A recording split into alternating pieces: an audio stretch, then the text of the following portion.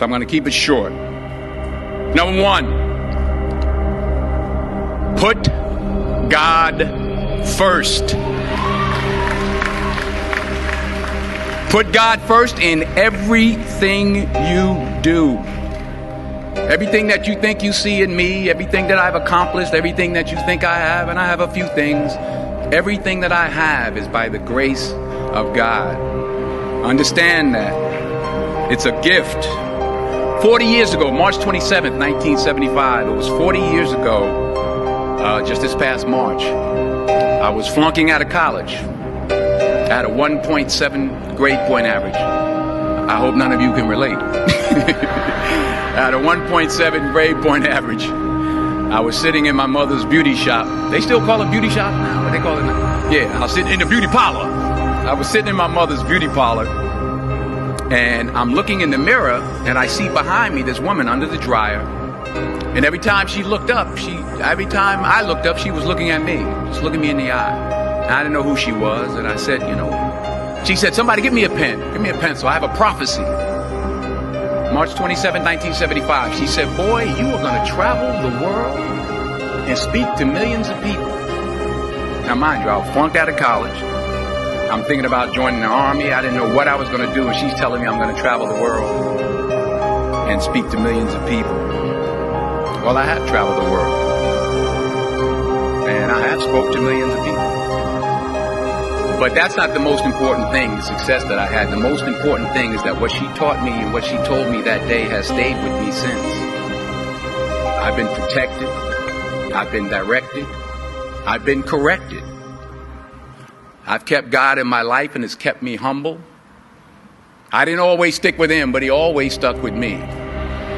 So stick with him in everything you do. If you think you want to do what you think I've done, then do what I've done and stick with God. Number two, fail big. That's right. Fail big. Today's the beginning of the rest of your life, and it can be very frightening. It's a new world out there. It's a mean world out there, and you only live once. So do what you feel passionate about. Take chances professionally. Don't be afraid to fail. There's an old IQ test, was 9 dots, and you had to draw 5 lines with a pencil within these 9 dots without lifting the pencil. The only way to do it was to go outside the box. So don't be afraid to go outside the box. Don't be afraid to think outside the box. Don't be afraid to fail big, to dream big. But remember, dreams without goals are just dreams, and they ultimately fuel disappointment. So have dreams, but have goals. Life goals, yearly goals, monthly goals, daily goals. I try to give myself a goal every day. Sometimes it's just to not curse somebody out. Simple goals, but have goals. And understand that to achieve these goals, you must apply discipline and consistency. In order to achieve your goals, you must apply discipline, which you have already done, and consistency every day, not just on Tuesday and miss a few days. You have to work at it every day. You have to plan every day. You've heard the saying, we don't plan to fail, we fail to plan. Hard work works. Working really hard is what successful people do. And in this text, tweet, twerk world that you've grown up in, remember, just because you're doing a lot more doesn't mean you're getting a lot more done. Remember that. Just because you're doing a lot more doesn't mean you're getting a lot more done. Don't confuse movement with progress.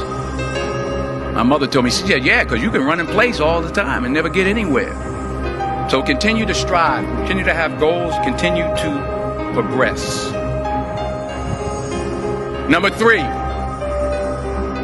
you'll never see a U-Haul behind a hearse. I'll say it again. You'll never see a U-Haul behind a hearse. I don't care how much money you make, you can't take it with you. The Egyptians tried it. They got robbed. That's all they got. You can't take it with you. And it's not how much you have. It's what you do with what you have. We all have different talents. Some of you will be doctors, some lawyers, some scientists, some educators, some nurses, some teachers.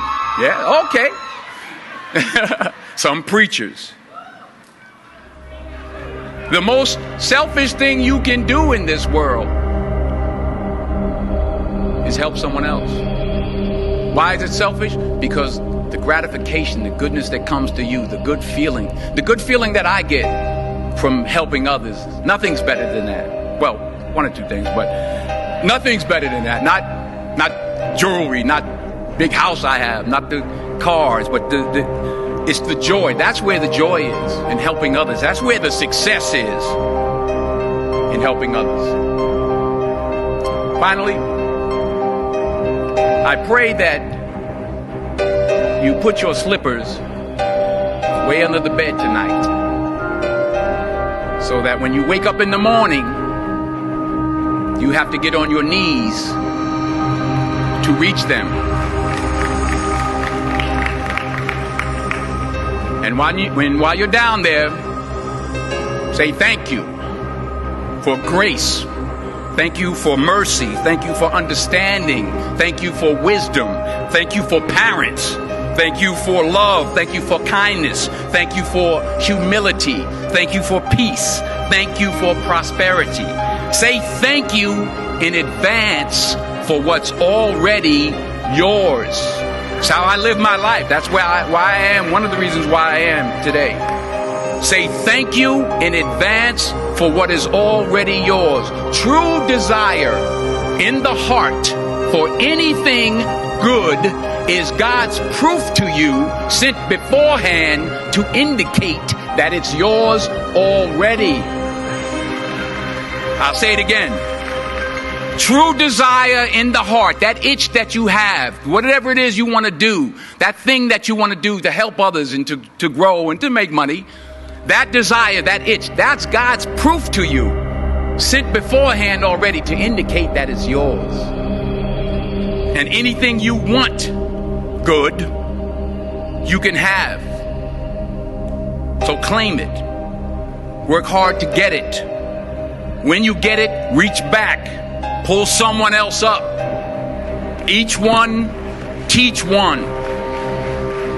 Don't just aspire to make a living.